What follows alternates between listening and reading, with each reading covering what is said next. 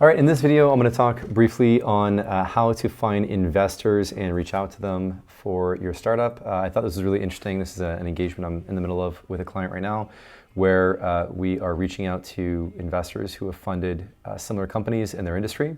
And we launched this campaign yesterday. We've already got 34 replies, half of them being positive and wanting more information. Some of them going directly to, would love a meeting, send us more info, and moving the discussion forward pretty quickly. Others are obviously just replies like, send me your deck and we'll see if we're interested. But what I want to do in this video is talk about how you can find similar investors or investors that might be a good target. And I'm going to show how to do a campaign in Clay that lets you reach them at scale by referencing investments that they've made previously to make it seem very personalized and very well researched. Because one of the big things that when you're reaching out to investors is that you have to make sure that your company is a fit for their thesis or their region or the types of companies they invest, the verticals, the stage, all that. And one of the simplest ways to do that is to look for similar investments they've made in the past. So there are two kind of main ways that you can do this. You can go through Crunchbase or you can use PitchBook. PitchBook is, and there are other platforms, but those are the two big ones. PitchBook is a very expensive platform. I think it's like 30 grand a year or 20 grand a year or something. So for most startup founders or people that are looking for funding, it's not going to be viable. But there are alternatives where either you can use Crunchbase or you can go through Fiverr and get investor leads based on criteria that you give people that already have PitchBook licenses, and then they can get you leads like this. This is also a common trick you can do with other software platforms for what it's worth for what it's worth, with things like Apollo enrichment, Zoom info exports, things like that. Any expensive piece of software that you can usually find people on Upwork or Fiverr that have accounts and can do that for you. So going back to how you can do this very practically, you typically will want to have the pro version of Crunchbase. It's a few $100 a year, but it's worth it in my experience if you're doing a fundraise. And what you want to do is go into the fund and organization filter and organization industries. This is the simplest one that you can do. So say you are because the one that I did was for event services, but let's say, you're trying to raise money for an e-commerce analytics platform or something, right? So e-commerce platforms, actually, because this would probably include things like brands that got funded, so you'd probably want to narrow it just to e-commerce platforms. And then do a first pass. So you see we go from 600,000 rounds to 3,600 funding rounds. And then now we can layer on other filters too. So things like the deal info, maybe the stage. So we want to say it's only seed or early stage venture. And then that will add an extra filter here. We'll go down to 2,500 results. Maybe we want to go also investors, the funded organization location. We want to say, well, we're in the US. We only want companies that are open to investing in the US. That'll narrow it down further. So you're down to 742 investments. And yeah, so one thing I forgot to talk about is in Crunchbase, you can look at investors or funding rounds or even acquisitions. Acquisitions is obviously more if you're thinking about like trying to make an exit, but for investors, you can do the same kind of filters and then you'll get individual investors. The problem that I found with Crunchbase is I haven't found how you can reference the specific investment that they made. So there's no easy way that I could find in Crunchbase where you can say to, like have the data here for Y Combinator for which companies are in the e-commerce tech space that they've invested in. You have to reverse engineer this via the funding rounds approach, and then you get a list of all the investors and you have to clean that up afterwards. I'll show how to do that. So seed, early stage, US, and then we could also do something like if you want to get even more narrow, say total money raised is less than or equal. We don't want mega rounds. We want early stage kind of seed. So you can go like say 10 million or less as the total round.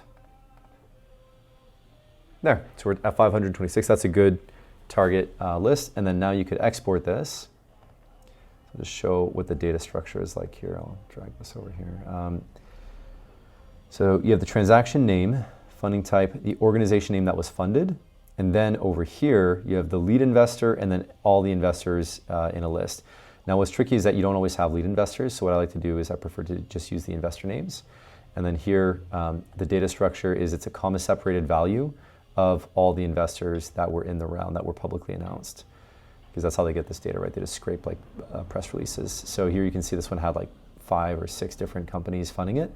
So what you'd want to do then is export this as a CSV. Note in Crunchbase you're limited to 1,000 records, so that's why we want to get this down to a reasonable number. And then when you export it, what you can do is then put it in something like Clay, and that's what this would look like. So here you can see the different investors. In this case, again, it was the events. So we found companies that had been funded. So like Banzai, Season Share, Carrots and Cake. You can see multiple records because we managed to separate them into different investors. So, or different, these are different rounds. So it's the same company being funded multiple times, right? Yeah, extract value. So this is where the magic happens. Essentially, we're pulling out the comma separated values and returning them as individual objects that we can now reference. I didn't clean up the quotes. I did that later in the other table. But essentially, you just break this out and you get each one. So this one has 3 investors. They are all 3 listed here, and then same thing, right? So now what we can do is we can turn this, take action on list, and then write each item to a new row in another table. When you do that, now it's going to create a new table from this one with each of these individual items listed, and then it's going to import the new values as well. So that's what this looks like. This is the table that actually has each individual investor each time it's listed, so you can see which deals they've been in. And then from this table, we can reference it separately where we are going here and we have deal 1. So here we do a lookup. So for example, 360 Capital is looked up in the other table. We get 2 records coming back with the different deals. And then we just import the organization name into over here, these columns. So I just go like this, say for this one, Castor Ventures has 4. So I import the first one, organization name, add as column to deal 1, and then I do the same thing for deal 2.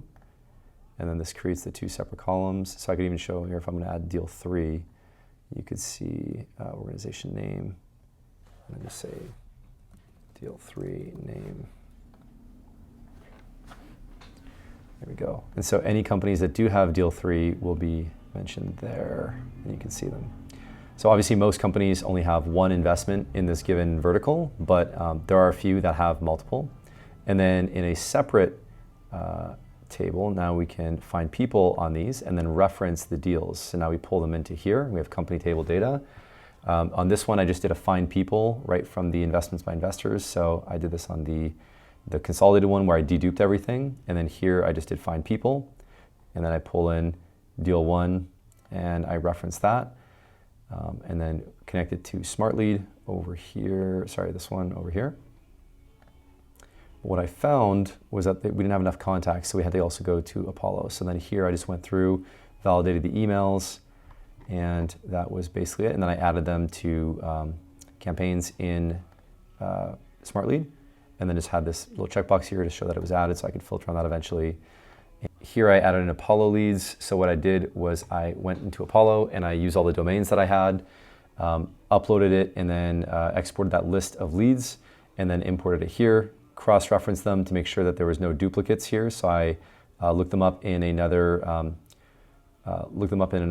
table, and then if they were not there, I had a filter for that. So it's only showing the ones that were not found in the other table.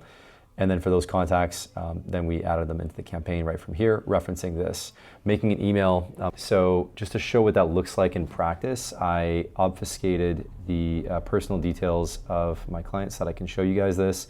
Essentially, this is the email template. And what we're doing is, this is the rough template structure, and then I've just kind of changed all the specific company stuff. But we're going deal name round / our company.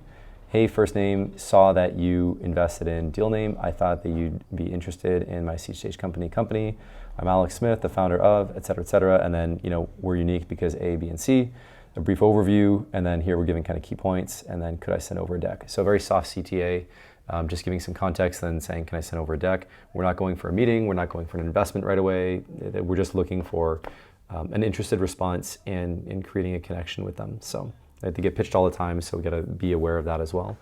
And yeah, this is what's getting us good results so far with the campaign, and this just gets imported right from Smart Lead, and it matches up. And then you end up with the the actual email, you just click here in final review, and then you can see what it looks like once you have that, once you have the leads imported with the custom fields.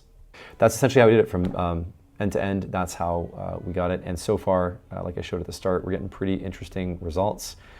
17 positive replies so far, and it's only been running, it's been running since yesterday morning, so it's basically a day and a half at this point, at the time of recording. So I'll be interested to see how we can scale this up and get even more replies, and how many of these turn into meetings and actual investment opportunities for the client. So yeah, interesting stuff. Hope this is helpful.